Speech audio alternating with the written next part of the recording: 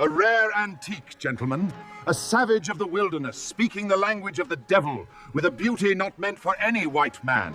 He bought a Cherokee girl for $10, set her free, but she whispered, "Can I stay, even if I'm free?" Hollow Rock, 1878.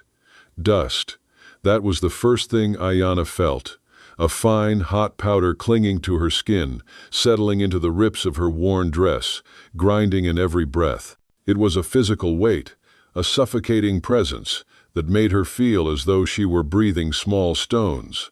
The Hollow Rock sun was merciless, an unforgiving tyrant that poured down into the town square like a heavy liquid, blurring every line and turning the very air into a massive forge. The roar of the crowd, the clatter of old wagons, and the shrill calls of a slave trader blended into a crude symphony, a noise that could only be created by chaos and desperation. Ayanna stood at the center of it all, her oak-colored eyes holding an uncanny stillness. Her wrists were chained to a wooden post, the cold metal rings chafing against her sun-scorched skin. She could feel every scratch on her wrists and the weight of the chain, a weight that was not just physical, but spiritual. Despite her captivity, there was no hint of weakness in her posture. Her face, with its sharp features and high cheekbones, a hallmark of her Cherokee heritage, showed no emotion. Her eyes looked at no one, but they took in everything. The grimacing faces of the gold miners, the idle curiosity of the few women standing at a distance, and above all, the filthy grin of Orson Pike, the man who reeked of old liquor and sour sweat. "Look here." His voice was hoarse and shrill, echoing through the noise. He held out his hand, filthy and with black fingernails. A rare antique, gentleman, a savage of the wilderness, speaking the language of the devil, with a beauty. He paused, glanced at Ayanna, and cackled. Not meant for any white man. He yanked the chain, and the dry, rattling sound of metal hitting wood rang out. Ayanna did not flinch. She simply stood there, as steady as an old oak tree that had weathered many storms. She had learned that fear was just another language for them to mock. Like the desert wind, they would blow through and leave a scar, but they could never break her. She listened to the sound of the desert wind blowing through the cracks of the square, the lonely, weak call of a bird. They spoke to her of freedom, and she held on to those sounds, like small pebbles carefully hidden in an empty pouch. They could hold her body captive, but they could never take away the songs of the wind, the smell of salt. Elias Blackwood closed his eyes and took a deep breath. It was a dry, strong, clean scent, a stark contrast to the foul odor of Hollow Rock. He stood next to his small wagon, an empty sack over his shoulder. His work here was simple: trade the pelts he had hunted for salt and ammunition. Elias did not look at the crowd. He was all too familiar with the cruelty and indifference of towns like Hollow Rock. They were the scars left by war and greed on the body of this land, and he had learned to ignore them, just as he ignored an old wound. He was a man of silence. Every word he spoke had a purpose, never wasted. His face was etched with the lines of sun, wind, and sorrow. His eyes were always fixed on some distant point on the horizon, as if his soul was never truly present. The buckskin jacket he wore was worn and frayed, but it was clean, and the rifle he carried was well cared for. Everything about Elias spoke of one thing: he was a man who lived alone and needed only to be alone. He heard the commotion in the center of the square suddenly grow louder. Elias simply raised an eyebrow slightly. Probably another brawl, or something similar. He took the sack off his shoulder and placed it on the salt merchant's scale. 50 pounds, his voice was low, rough, and devoid of emotion, and 2 boxes of .44 rounds. He avoided the gaze of the merchant, who was still staring blankly at the crowd. A dry gust of wind blew through, carrying a thin layer of dust. Elias frowned. He felt a sense of unease, not because of the noise, not because of the dust, but because of the heavy, uncomfortable feeling in the air, something different from the usual chaos. He turned his head. For the first time since arriving, he saw the crowd surrounding a post. He saw a man auctioning something. And finally, he saw Ayanna, his eyes fixed on her form, on her determined silence amidst the storm of humiliation. He felt no pity. He felt a stark truth. That girl was not a piece of property. She was a human being stripped of life, and in her eyes he saw a faint flicker, a flicker of resilience, and he was reminded of the flicker that had once existed in his own heart. Orson Pike was in the middle of his auction. He had moved from words to actions, grabbing Ayanna's collar, forcing her to face the crowd, boasting crudely. "Come on, who will bid? $10. Just $10 for a piece of..." He was cut off by a low voice. $10. It was not a shout, nor was it an offer. It was a statement, an undeniable truth, like a gunshot in the open air. The entire crowd fell silent. Orson Pike turned, a look of confusion on his face. He saw Elias Blackwood, a tall man, with cold eyes, standing in the middle of the sunny square. He had dropped the sack, and it fell to the ground with a heavy thud, creating a small cloud of dust. "What did you say?" Orson asked again, trying to regain his confidence. Elias did not answer. He walked closer, his strides long and decisive. He did not draw a gun. He simply stood there, as solid as a rock. He took out an old, tattered money pouch from his pocket and counted out 10 shiny silver dollars. He handed them to Orson. "Redeem her." Orson Pike looked at Elias, then at Ayanna, then at the silent, watching crowd. He snatched the money, a look of annoyance on his face. He grabbed the chain with a rough movement. He wanted one last performance, one last humiliation, but he had failed. Elias Blackwood had stood between him and Ayanna. Elias only held out his hand, not touching her, but touching the chain that bound her. He looked straight into her eyes, and that was the first time Ayanna had seen a gaze that held no disgust or lust, only truth and weariness. With a decisive movement, Elias snapped the chain. The sound of breaking metal rang out like thunder on a sunny afternoon. Ayanna felt the freedom on her wrists. She could not believe it. In that moment, she saw a man who had not rescued her from slavery, but had simply returned her freedom to her. Silence enveloped them as they left Hollow Rock. The town's noise faded behind them, giving way to the steady sound of hooves and the lonely howl of the desert wind, carrying the scent of wild sage. Ayanna sat in the wagon, her back straight, her hands on her lap. She dared not look directly at Elias, who sat beside her, with a face as impassive as stone. She looked around, trying to remember every detail of this land. The rugged mountains, the giant cacti, and the sparse dry bushes on the red earth. This land was wild, untamed. Like her, Elias did not speak a word. He just drove the wagon, his eyes fixed on the path ahead. Ayanna felt his presence, a strong but non-threatening presence. He did not ask her name. He did not ask where she was from. He did not tell her who he was. All he did was take her away from Hollow Rock, from a place where she was considered property. It seemed he was simply fulfilling a duty. She lightly touched her wrists. The marks of the chain were still there, a deep red stain on her skin. But she no longer felt the coldness of the metal. She felt the wind, and she felt the sun. Her freedom was like a young bird just released from its cage. It did not know where to fly, but it knew it was free. Ayanna turned to look at Elias. For the first time, she saw the scars on his face. A long scar on his left cheek, hidden beneath a sparse beard. His eyes held a deep sorrow, but not weakness. It was the sorrow of a man who had fought and lost a great deal. She thought perhaps he too was a fragment, like her, a fragment picked up from war, lonely and lost. They arrived as the last light of dusk faded. The homestead was nestled in a limestone valley, surrounded by jagged hills. The air here was colder, cleaner, and filled only with the sound of the wind sweeping past the rocks. The small house, made of wood and clay, looked lonely. It did not look like a home, but a final fortress, a defense against the outside world. Two children stood on the porch, watching them in silence. The older boy, perhaps 10 years old, with eyes full of suspicion and caution. The younger girl, about 6, with blonde hair and clear eyes, was simply curious.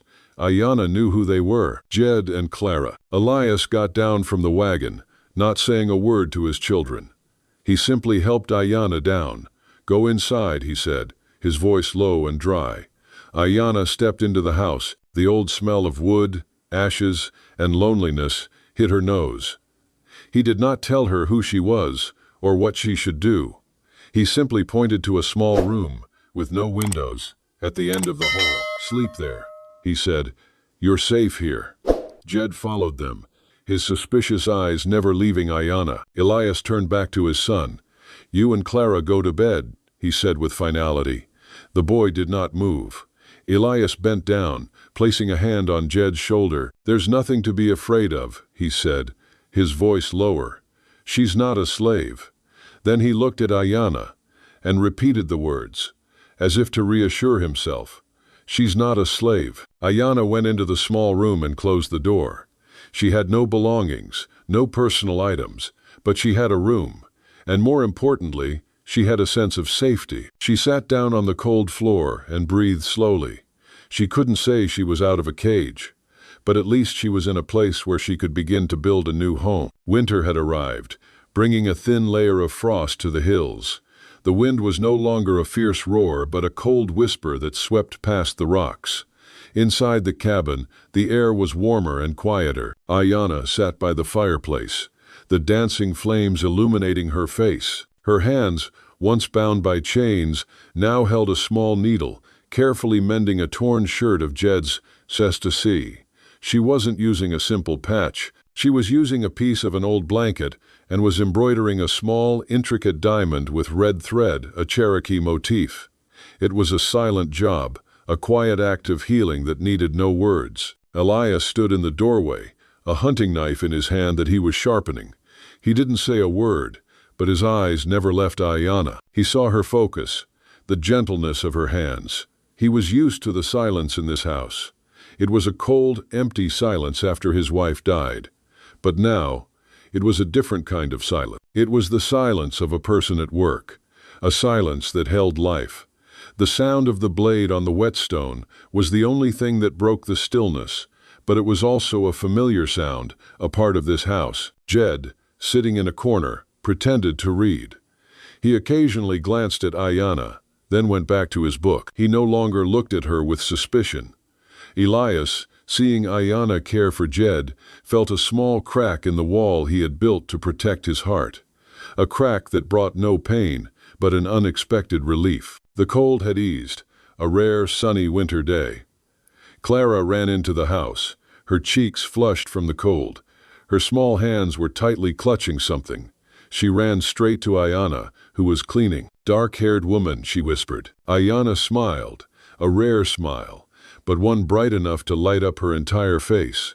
"What is it, little one?" Clara opened her hand, revealing a small, smooth stone, sparkling as if it held a hidden diamond. "I found it," Clara said, her voice full of pride. "It sparkles like your eyes when they see the sun." She placed the stone in Ayanna's palm. Ayanna looked at the stone, then into Clara's clear eyes.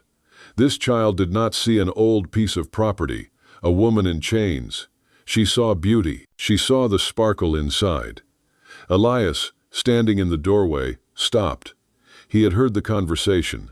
He had seen the smile on Ayanna's face, a genuine and bright smile. He turned his back and quietly walked out, leaving the two of them alone in that moment. After the snow melted, the valley began to breathe again, its dormant life stirring beneath the thawing soil. One afternoon, Ayanna sat under the sprawling branches of an ancient oak tree, its bark gnarled and thick like the hide of an old beast. She was weaving a basket from willow branches, her nimble fingers working with a rhythm as old as the tree itself. The air smelled of wet earth and pine, and the sound of a distant hawk was the only thing that broke the quiet harmony. Clara, drawn by the methodical movements of Ayanna's hands, came to sit beside her. She had a doll made of corn husks, its face a simple stitched smile. "Tell me a story," Clara said, her voice a small breeze. Ayanna paused, her fingers still. She had spent a lifetime holding back her stories, her language, her history. It was a vulnerability she had never allowed herself to show. She was a woman of silence, a guardian of things unseen. But Clara's eyes were filled with an innocent light that disarmed her. Jed, who had been chopping wood a short distance away, stopped to listen. He pretended to be focused on his task, but his movements were slower. His body turned just slightly toward the shade of the oak tree. He had learned to be suspicious of stories, to see them as a way to hide the truth. But there was something about Ayana's silence that was different. It was a silence that promised truth, not deception. Ayana looked at Clara, and a flicker of a smile touched her lips. She began to speak, her voice low and melodic, like a hidden stream in a canyon.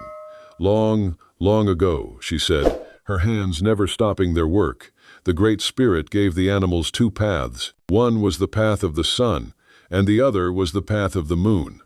The wild horse, full of fire and spirit, chose the path of the sun. He ran with the sun, his mane aflame, his hooves like thunder. He was free, but he was also alone. The forest wolf, with her soft paws and wise eyes, chose the path of the moon. She moved with the shadows, her fur silver, her howl a song to the night. She was part of a pack, but she longed for the light. Ayana paused, a willow branch woven perfectly into the basket.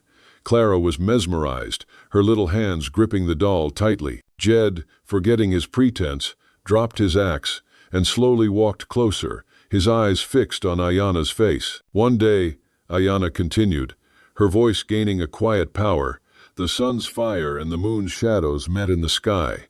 In a great storm, the wild horse ran from the lightning, and the wolf hid from the thunder. They were two halves of the same world, but they could not be together.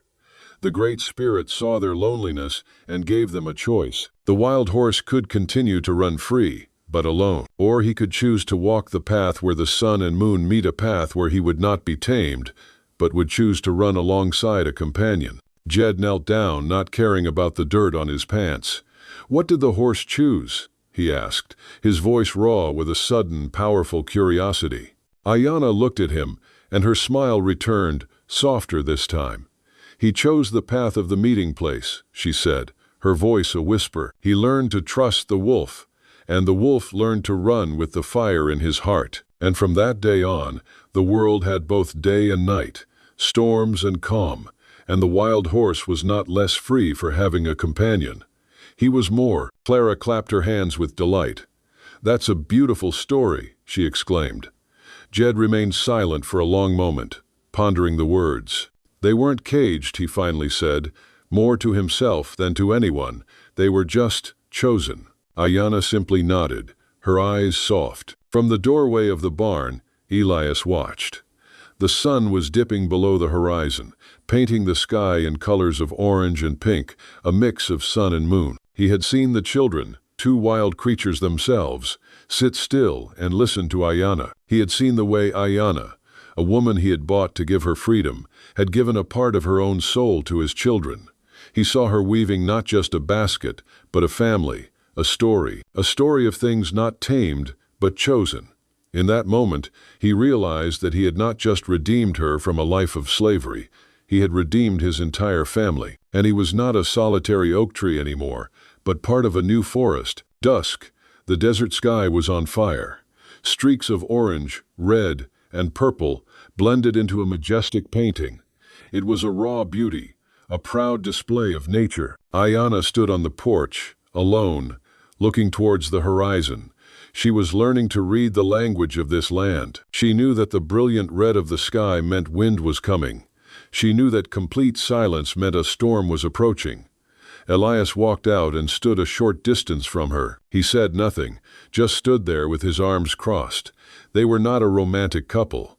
They were two lonely people, two wounded souls, standing next to each other, sharing a peaceful moment. The silence between them no longer held the tension of the early days. It had become something else, an understanding that needed no words, a quiet respect. The wind blew through, catching her hair, making his shirt flutter. Elias suddenly had a thought. He had bought her freedom, but perhaps she had brought him something much more valuable, a quiet companionship. Jed had always been a serious child. He had to learn to grow up very early, when his mother died.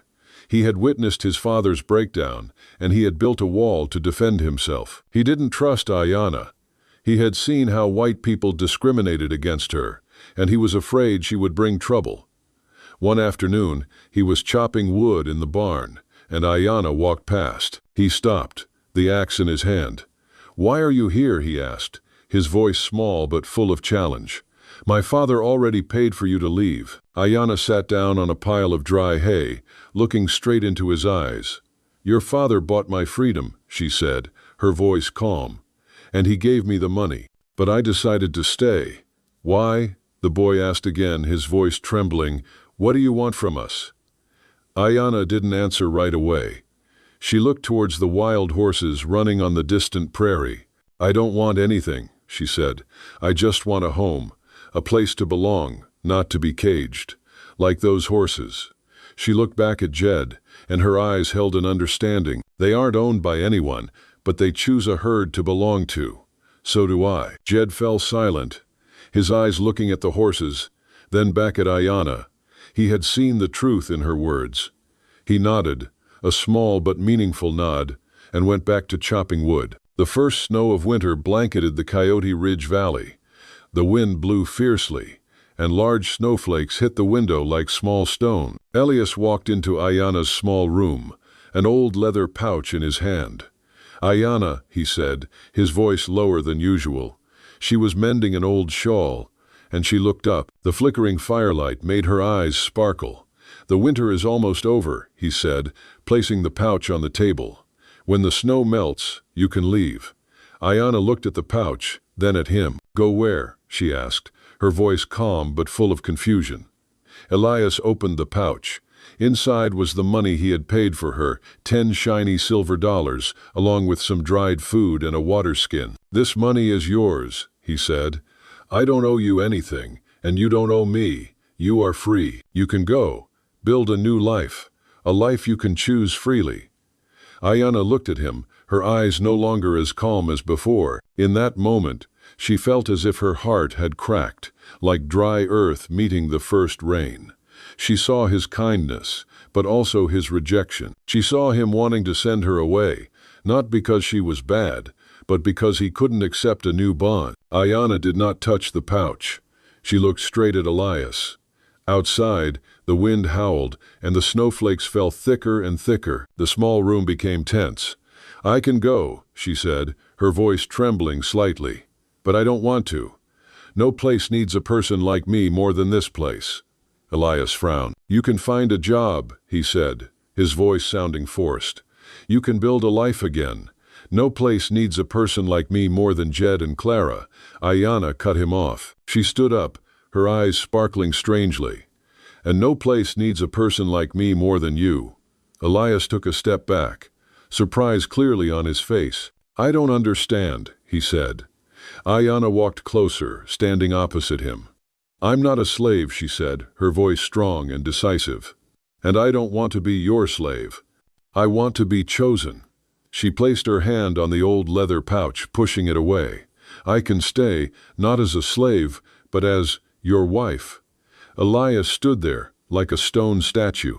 The snowstorm outside seemed to have quieted. He looked into Ayana's eyes, and in them he saw a fire. A fire of resilience, of choice. He saw a woman who did not need to be saved, but only to be seen. Spring had arrived. Under the sun, the dry patch of land behind the house was slowly being reborn. Ayana, with an old hoe, was carefully tilling the soil. She wasn't planting the usual white man's vegetables. She was planting corn, beans, squash, and a few wild herbs she knew from her tribe. Her hands, once familiar with embroidery thread, were now familiar with soil. She dug, she nurtured, and she whispered to the seeds, just as she whispered to her own soul. Jed and Clara followed her like shadows. Jed, initially still suspicious, now held a small bucket, helping her carry water from the well. Clara, with a child's innocence, dug in the soil with her fingers and giggled every time she found an earthworm. Elias stood on the porch, watching the three of them work. The land that was once dry and dead was now full of life. Nụ cười của Clara, tiếng cười của Jet và sự tĩnh lặng đầy sức sống của Ayana đã biến một khu vườn chết thành một khu vườn hồi sinh. In the warm sunlight, he saw Ayana teaching Jed how to plant seeds. He saw Jed, the once rigid boy, now bending down, working diligently. He saw Clara running and playing, and he heard her laughter. They were not an ordinary family. They were a family created from fragments, from choice.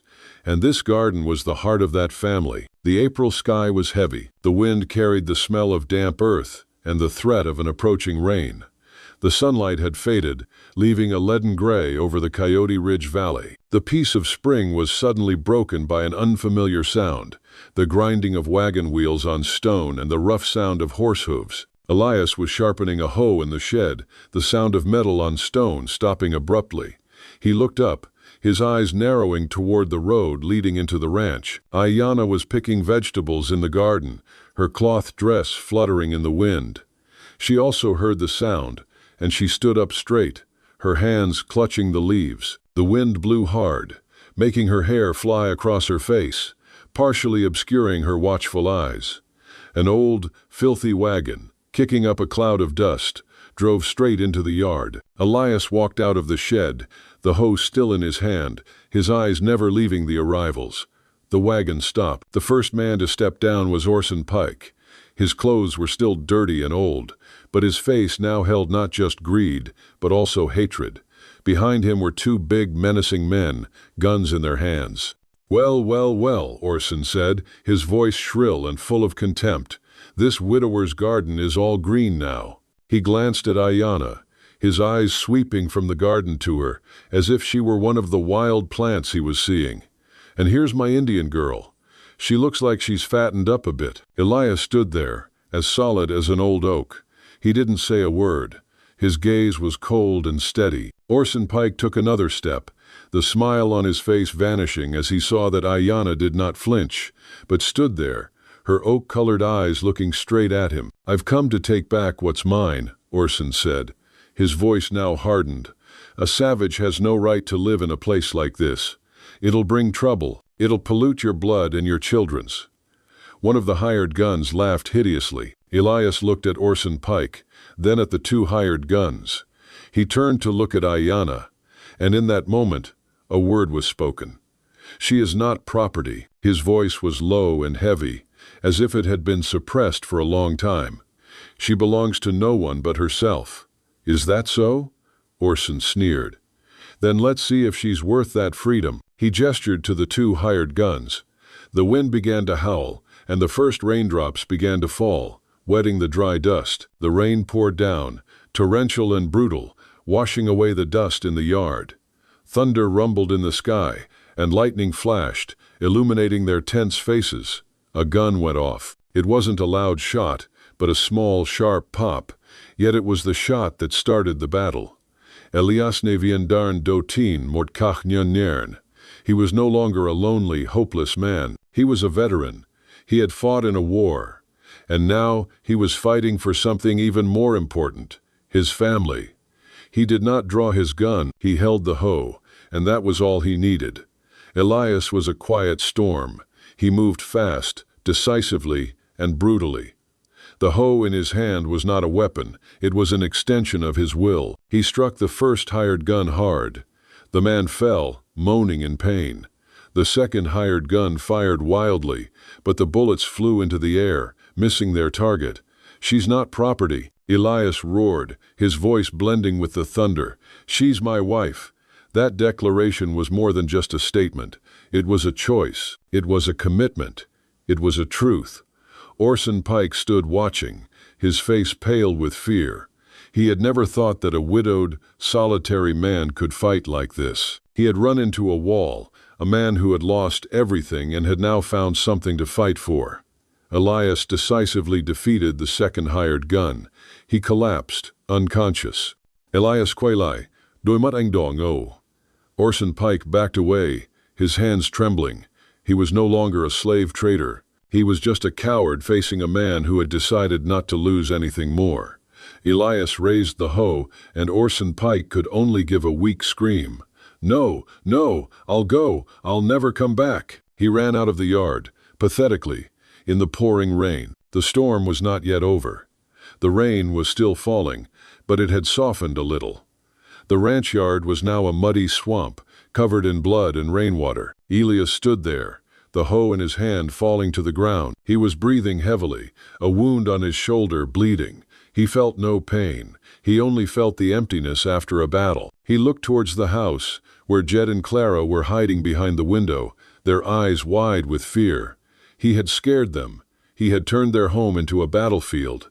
Ayanna walked out of the house. She was not afraid. She was not trembling. She simply walked to Elias, stepping through the mud and blood, and stood facing him. She did not say a word. She took a clean cloth from her pocket and began to wipe the wound on his shoulder.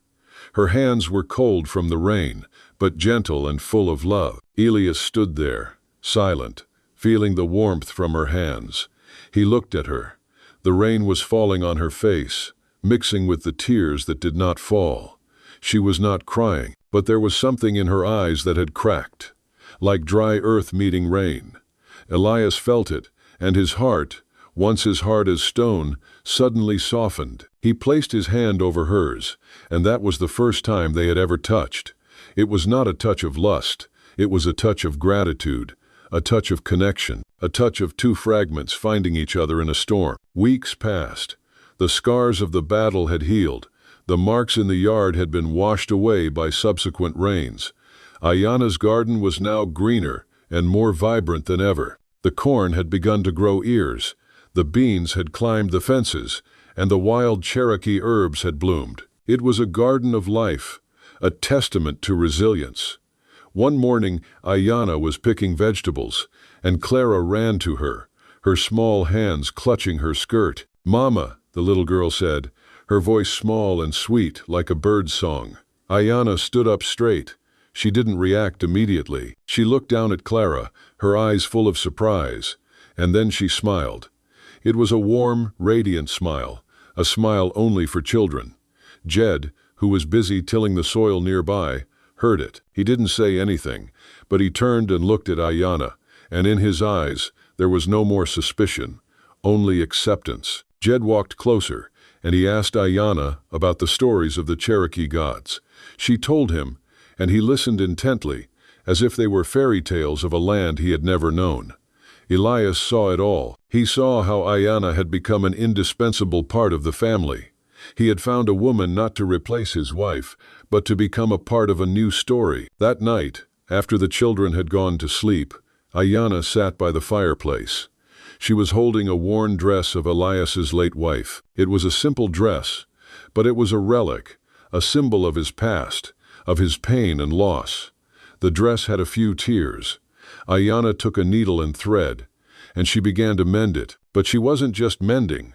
She was embroidering Cherokee patterns onto it. She embroidered images of birds, flowers, diamonds, and circles, all with vibrant colored threads, a perfect combination of what was lost and what was found. Elias walked in, and he saw her at work. He didn't say a word, just stood there, looking at the dress. He saw the patches. He saw the Cherokee patterns. It was a moment of truth. Ayanna was not a replacement. She was a connection. She had not tried to erase his past. She had embraced it, and she had woven a part of herself into it. Elias felt something break inside him. He didn't cry. He didn't shout. But a single tear rolled silently down his cheek, fell, and disappeared into the darkness. It was a tear of release. A year later, the Coyote Ridge Ranch had completely changed. It was no longer a lonely place. It was a home.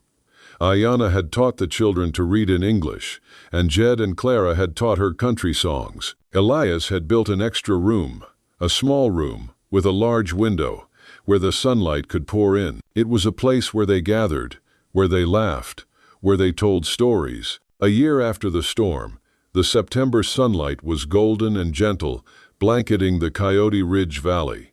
The air carried the smell of dry earth, ripe corn, and smoke from the kitchen chimney. It was a new rhythm, a rhythm created not by loneliness, but by life. Elias was sitting on a wooden chair, carefully carving a small wooden horse for Clara. He was no longer the silent man who only knew how to hide from the world. He was still quiet, but there was a warmth, a gentleness in his eyes. Ayanna stood beside him, hanging up cloths embroidered with intricate Cherokee patterns. The sunlight hit the colorful threads, making them sparkle like dewdrops. They didn't talk much, but they felt each other's presence, a presence that was full and safe. Jed and Clara were playing in the garden, which had now become a small wilderness of their own. Wild Cherokee flowers bloomed next to the rows of corn, and the children ran and played, their laughter echoing through the valley. Jed, the once rigid boy, was now more open. He had learned that strength was not just in protecting, but also in loving. Ayanna looked at Elias, and she saw him smiling. It wasn't a big smile. It was just a slight curve of his lips, a smile created by contentment. Anh đưa con ngựa gỗ cho cô xem. Thế nào, anh hỏi, giọng anh dịu dàng. Ayanna lấy nó, vuốt ve lớp gỗ nhẵn bóng. Đẹp lắm, cô nói, và cô đặt nó vào túi áo của mình. But the horse in my heart will never be tamed. Elias looked at her, and he understood. He hadn't tamed her. He hadn't caged her. He had chosen her. At dusk, they stood on the porch, together. The sunset was pouring down, illuminating the valley. The landscape was still the same, wild hills, giant cacti, and a vast, boundless sky. But the house was different. The house now had a new room, with a large window. The warm light from inside spilled out, illuminating their faces. Elias placed his hand over Ayanna's. His palm was rough and calloused from labor, but it transmitted a warmth to her, a sense of safety. She felt the beat of his heart, steady and strong. She no longer felt the coldness of chains. She only felt the warmth of his hand. Elias looked towards the horizon, then into Ayanna's eyes. He didn't say a word. He didn't need to. Everything had been said through actions, through choices, through love. He was no longer the man of the past. She was no longer a piece of property. They had found each other. They had chosen each other. I am no longer the old man, Elias said, his voice low, hoarse, and full of emotion. You are no longer a piece of property. We are a home. Ayanna didn't answer. She just squeezed his hand, and they stood there, together, under the reborn sky of Hollow Rock, where free souls had found a place to belong, not to be